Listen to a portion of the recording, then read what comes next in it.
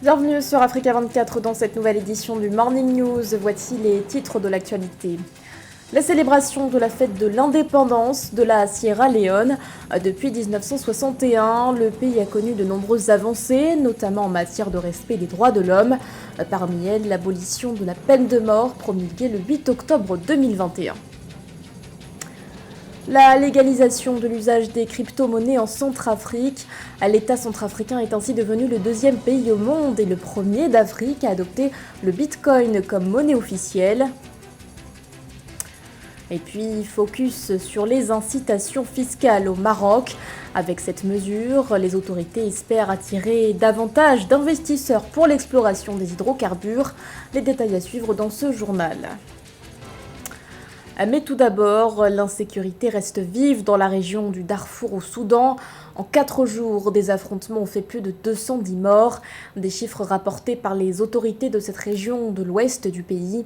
Ces violences ont aussitôt alarmé les Nations Unies, qui ont exigé ce 27 avril l'ouverture d'une enquête rapide et indépendante. Les heurts auraient débuté le 22 avril dans la ville de Krink. Sur place, Médecins sans frontières déplorent l'attaque d'hôpitaux ainsi que la mort de plusieurs membres du personnel. De son côté, le gouverneur du Darfour Ouest, Khamis Abkar, évoque des institutions gouvernementales détruites et dénonce, je cite, un crime contre l'humanité. L'actualité, c'est aussi cette grâce présidentielle en Égypte. Plus de 3000 prisonniers ont en effet été graciés par le président Abdel Fattah al-Sisi. Une mesure effectuée à l'occasion de l'anniversaire de la libération du Sinaï, selon le ministère de l'Intérieur. Sur la liste des personnes graciées figure notamment le journaliste Hossam Monis. Arrêté en 2019, il avait ensuite écopé d'une peine de prison de 4 ans pour diffusion de fausses nouvelles. Une condamnation prononcée par la justice en 2021. Notons que d'autres grâces présidentielles pourraient être accordées à l'occasion de la fin du Ramadan. Ce 27 avril était un jour de fête pour la Sierra Leone. Le pays célébrait ses 61 ans d'indépendance. À cette occasion, un retour sur les avancées du pays en termes de respect des droits humains notamment. À ce propos, le pays avait franchi en 2021 une étape notable avec l'abolition de la peine de mort. Plus de précisions dans ce sujet de Nathalie Mo. C'est dans un contexte de difficile relance économique que la Sierra Leone a célébré le 61e anniversaire de son indépendance le 27 avril 2022. Malgré l'incidence de la pandémie de Covid-19 sur le bien-être de la population, l'occasion a été choisie par le président Julius Maada Bio d'applaudir une nouvelle fois les avancées du pays en matière de lutte contre la corruption, de respect des libertés et de la justice, le pays ayant aboli la peine de mort le 8 octobre 2021. Notre réponse à la pandémie a été saluée par l'Organisation mondiale de la santé et le Center for Disease Control. Nous avons également géré l'économie de manière responsable et soutenu la croissance du secteur privé. Nous avons également maintenu nos investissements dans le capital humain, les infrastructures, l'énergie, tout en protégeant et en promouvant les droits de la bonne gouvernance. While protecting and promoting rights and good governance.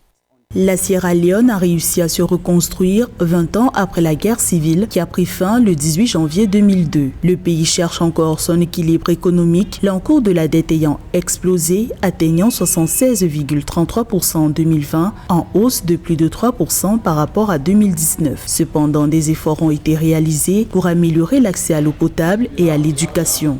By 24%. Mon gouvernement a augmenté l'accès à l'eau potable de 24% dans les zones rurales et de 6% à l'ouest du pays. C'est plus qu'aucun gouvernement n'a jamais réalisé en 4 ans.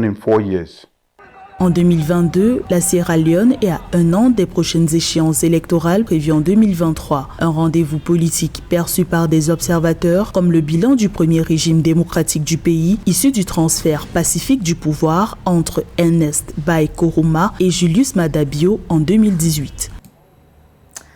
Il est le premier pays d'Afrique à adopter le Bitcoin comme monnaie officielle. En Centrafrique, les députés présents à l'Assemblée nationale ont voté à l'unanimité le texte de loi régissant la crypto-monnaie.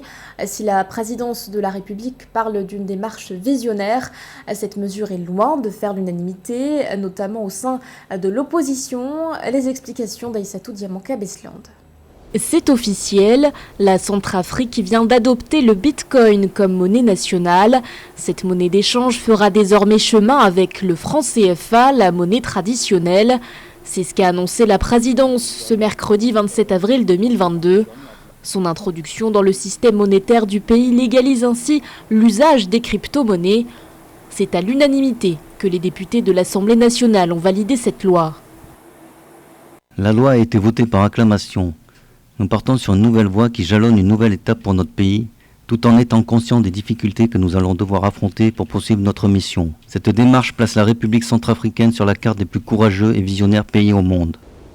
Le Fonds monétaire international a qualifié cette décision de dangereuse pour la stabilité financière, l'intégrité financière et la protection des consommateurs. D'autres voix se sont fait entendre aujourd'hui concernant l'utilisation de cette monnaie virtuelle. Posons-nous d'abord une question simple, à qui cela va profiter? Il suffit ici de rappeler deux données totalement objectives. Nous sommes dans un pays où seulement 3% du territoire est électrifié et où à peine 1% de la population a accès à Internet. Et voilà le pays où on a décidé d'imposer à tous, je dis bien à tous, des monnaies virtuelles. Un pays où par ailleurs, soit dit en passant, la moitié de la population vit en situation d'urgence alimentaire aujourd'hui. On nous dit que l'absence de traçabilité des opérations va bénéficier au pays. Nous répondons sans doute. Mais attention, elle fera aussi bien l'affaire de la mafia, des blanchisseurs d'argent sale, sans oublier les groupes armés. Pour rappel, la Centrafrique devient le deuxième pays au monde à officialiser la crypto-monnaie, après le Salvador le 7 septembre 2021. Il est le premier pays d'Afrique à adopter le Bitcoin comme monnaie de référence. En réalité, les pourfendeurs du franc CFA, qu'ils qualifient de monnaie coloniale dont les États utilisateurs doivent impérativement s'affranchir, la question du Bitcoin revient sans cesse comme une alternative pour certains pays qui y voient une révolution monétaire. Au Maroc, l'exploration des hydrocarbures est synonyme d'enjeux économiques importants pour les autorités. Pour attirer davantage les investisseurs, le Royaume a ainsi mis en place une série d'incitations fiscales. À titre d'exemple, le taux de pression fiscale n'atteindrait pas les 30% pour les compagnies pétrolières. Les précisions de Corinne Kamzefem. Des avantages fiscaux pour engager plus d'investisseurs étrangers dans le secteur du pétrole. C'est une stratégie que développe le Maroc qui ambitionne devenir un leader en matière d'énergie. À titre d'exemple, pendant les 10 premières années de production, les sociétés bénéficient d'exonérations de taxes à la valeur ajoutée, de brevets, d'impôts sur le revenu du capital, de droits de douane et d'impôts. Aussi, les compagnies pétrolières en activité perçoivent des redevances de 10% sur le pétrole et de 5% sur le gaz si l'exploration est concluante. Il est ainsi établi que la pression fiscale au Maroc n'atteint pas 30% pour les entreprises pétrolières, alors qu'elle est de 80% au Venezuela et de 38% en Irlande, deux puissances pétrolières mondiales. Le Maroc dispose d'une chaîne de valeur locale très importante, avec une main-d'œuvre qualifiée, un secteur bancaire important, un secteur énergétique de pointe. Donc, de tels facteurs juxtaposés les uns avec les autres pourraient attirer des investissements importants pour permettre aux Remi chérifiens de pouvoir obtenir des taux de croissance économique tout à fait importants. Pour les experts, la stratégie de l'attractivité fiscale se révèle payante. Pas moins de 4 entreprises pétrolières ont déjà eu des intérêts au Maroc, notamment le géant italien Eni, Qatar Petroleum et Europa Oil and Gas, ou encore la compagnie pétrolière espagnole Repsol, qui a cependant considérablement réduit sa présence au Maroc. Mais la principale crainte est que déjà le Maroc avait été déjà épinglé il y a 2 ans comme étant un paradis fiscal. Et donc la baisse d'une telle pression fiscale peut susciter évidemment des interpellations au niveau de l'OCDE, qui est l'Organisation de la coopération et du développement économique déjà. Et une telle interpellation pourrait être nuisible pour une diplomatie économique marocaine qui de plus en plus cherche, au-delà notamment du traité de la Méditerranée avec les pays arabes, de pouvoir investir notamment en Afrique nord-subsaharienne. Le littoral atlantique marocain au large d'Agadir regorge d'importantes réserves du précieux or noir qu'est le pétrole. Selon l'Office national des hydrocarbures et des mines du Royaume, entre 2000 et 2022, le pays a foré 67 puits, dont 40 se sont révélés positifs pour le pétrole ou le gaz. Dans son ambition, le Maroc a besoin des compagnies pétrolières disposées à investir entre 70 et 100 millions d'euros pour une seule exploration en mer. Crise sécuritaire, pandémie de coronavirus ou encore changement climatique, des problématiques aux répercussions économiques lourdes pour l'Afrique. Pour 2022, les prévisions du Fonds monétaire international ne sont pas réjouissantes. L'institution a réévalué à la baisse la croissance de l'Afrique subsaharienne. Nathalie.